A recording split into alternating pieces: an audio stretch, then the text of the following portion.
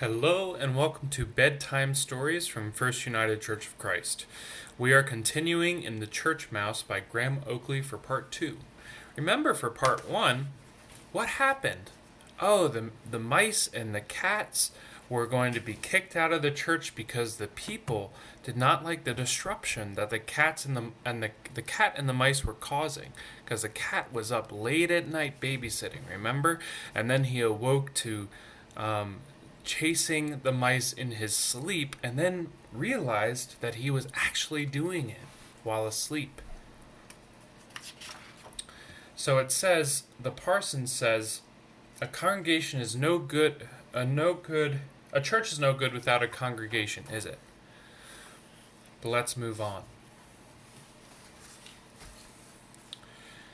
That night, the mice all sat around the vestry stove with their backs turned on Samson and Arthur, except the schoolmouse, who pointed his finger at Samson and said that he'd always said, though no one remembered him breathing a word of it before, that Samson was a leopard in sheep's clothing, and that a wolf couldn't change its spots.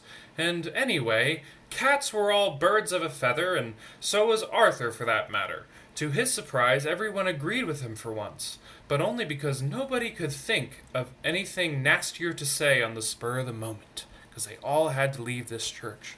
Look at how sad Samson is.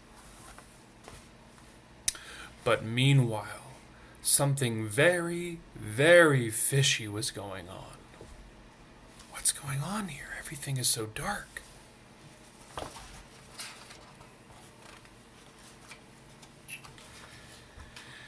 Samson's sharp ears soon let him know about it. He prowled into the transept, but was back in a jiffy. "Come and look," he hissed at Arthur. He sounded so excited that all the other mice who had been pretending not to listen came out of their sulks and followed Samson and Arthur to see what was up. A man was taking candlesticks off the altar. They knew he must be a terrible chap because he hadn't bothered to take his hat off in the church.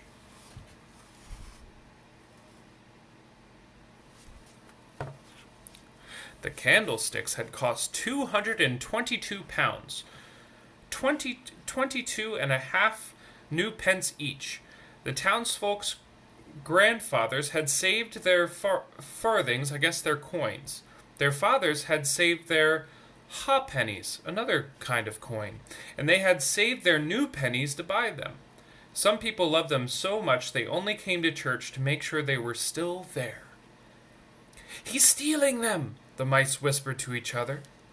But the schoolmouse said in a quaking voice that a man wasn't guilty until proved innocent, and hadn't they best go back to the vestry and think about it calmly, because desertion was the better part of valor. Fleeing was the better part of bravery.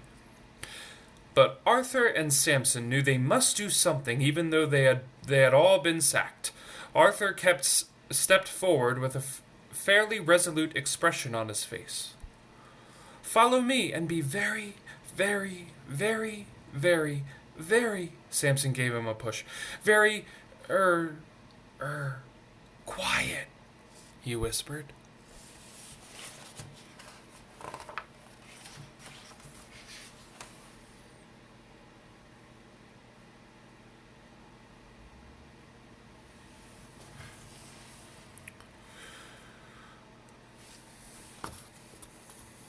Fortunately, the burglar was wasting time gloating over the candlesticks.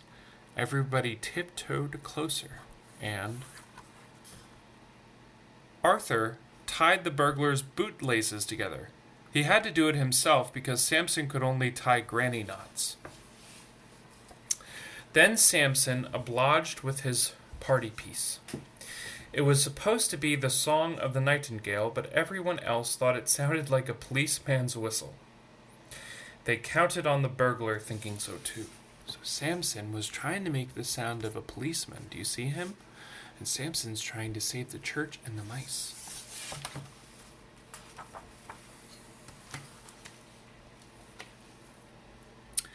He did it. In his haste to escape the police, or as Samson insisted later, to get outside to see the nightingale, he dropped his sack, spun around, and took a great stride. Or rather, he would have if his bootlaces hadn't been tied together. It worried them a bit when he landed on his head, because they thought he might have broken some of the tiles the parson was so proud of, but it turned out that there were just a few cracks. As for the burglar himself, he appeared to be sleeping like a baby.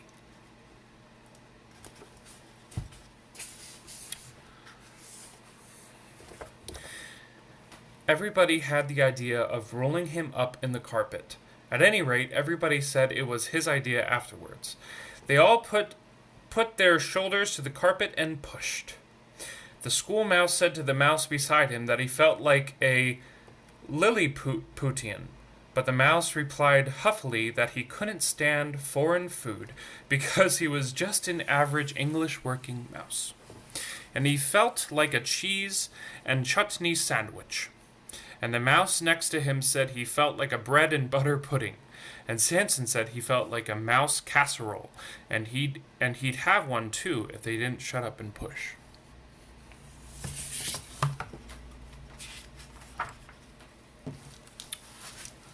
Suddenly, the burglar woke up and started shouting words that even the schoolmouse had never heard before. Then he began to struggle, and the mice had to strain to stop him, unrolling himself. "Do something!" they shouted at Arthur. Said Arthur decisively. Then the schoolmouse butted in. "There's only one thing to do," he said. "We must ring the bells to summon help." And by then Arthur was the master of the situation. "There's only one thing to do," he cried. "We must ring the bells and summon help. Half of you follow me to the bell tower." And with that, he dashed off like a born leader, except he went in the wrong direction. And by the time he realized his mistake, the others were halfway there, so he had to pretend he had stayed in the rear to hurry stragglers along. When he caught up, he found everybody staring in dismay at the bell ropes, which were tied up, well out of reach. "Now what?" they all cried. Said Arthur without hesitation. The schoolmouse butted in again, saying that Samson could climb on the back of a chair and reach one of the ropes. But Samson hadn't forgotten the nasty names the schoolmouse had called him in the vestry. Wolves in spotted sheep's feathers aren't very good at climbing on the backs of chairs," he mumbled sarcastically. However, Arthur had sized up the situation. "Samson," he said briskly, "will climb on the back of the chair and reach one of the ropes." But it was no good.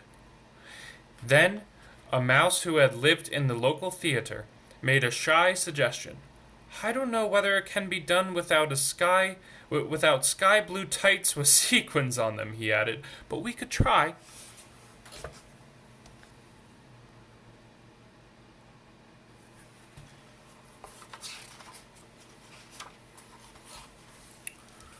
So they did, and it worked.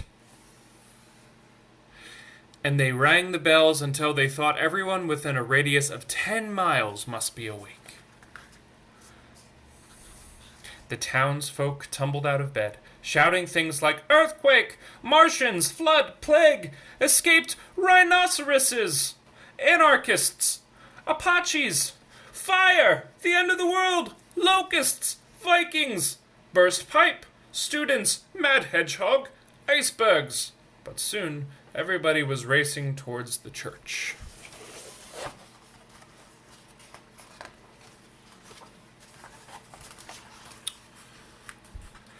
When they saw how near they had come to losing their beautiful candlesticks, the townsfolk got very peevish with the burglar.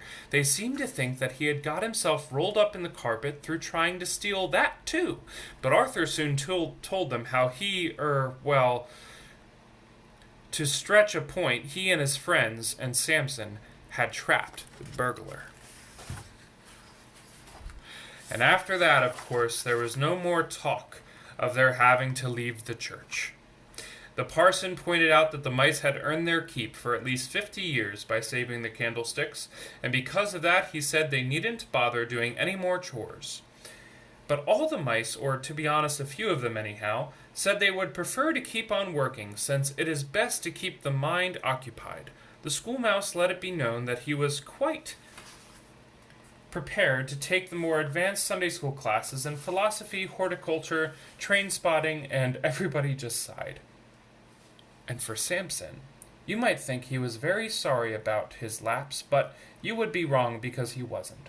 The mice had been taking him a bit for granted of late, he thought, and the fact that they were frivolous, giddy creatures was no excuse. They'd learned he was not to be trifled with, and after that, whenever they needed reminding, he would just yawn and say he hoped he wouldn't drop off during the sermon, and then there would be no more giggling and tittering over silly jokes about dogs for at least 2 days.